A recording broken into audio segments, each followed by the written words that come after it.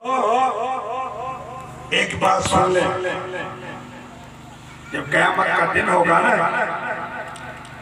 तो ये सूरज मगरिब से उतरेगा।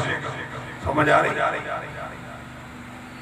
क़यामत का दिन जब क़यामत होगी तो फिर ये जो सूरज जो मशरिक से निकलता है फिर ये मगरिब से उतरेगा, मगरिब से निकलेगा।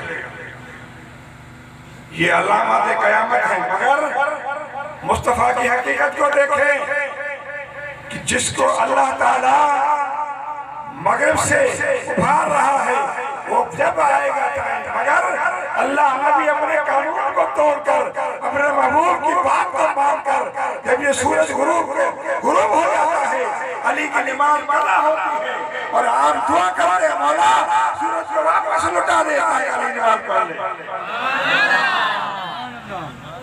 अल्लाह ताला ने आपके कहने पर आपकी दुआ की वजह से सूरज को वापस लौटाया और मौला अली की नमाज अदा। अली के मानने वाले हो रात भैंस की तरह या भेड़ की तरह गर्दन नहीं होगा।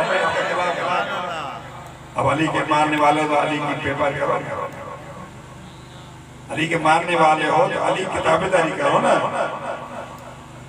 अली सिर्फ इसे जल से नहीं करते थे, फट जाएगा। अली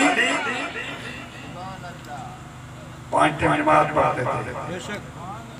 आप हुजूर अली बैठे हैं तो 5 टाइम नमाज पढ़ो। हुजूर से मोहब्बत करने वाले हैं तो नमाज हुजूर की आंखों की ठंडक है, नमाज पढ़ो।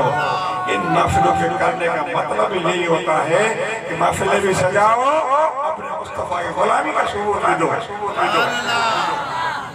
सिर्फ महफिल न करें, ये महफिलें बहुत बड़ा जवाब है इन लोगों के लिए, मगर आप प्रैक्टिकल तौर पर आप अमल भी करके दिखाएं ताकि देखें कि आधी रात सारी रात महफिलें भी करते हैं, सुबह की नमाज में जमात के साथ।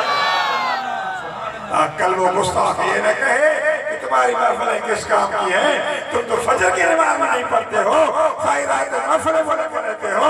मगर मेरे दोस्तों, अगर आप मुस्तफा के इस टाइम को अगर पाक करना चाहते हो तो महफिलें सजाओ, मगर सुबह की नमाज में जमात के साथ आप उनको आप कह सकते हैं न हम सिर्फ महफिलें नहीं करते, फजर की नमाज में जमात के साथ पढ़ते हैं, क्योंकि नमाज हुजूर की ठंडक है।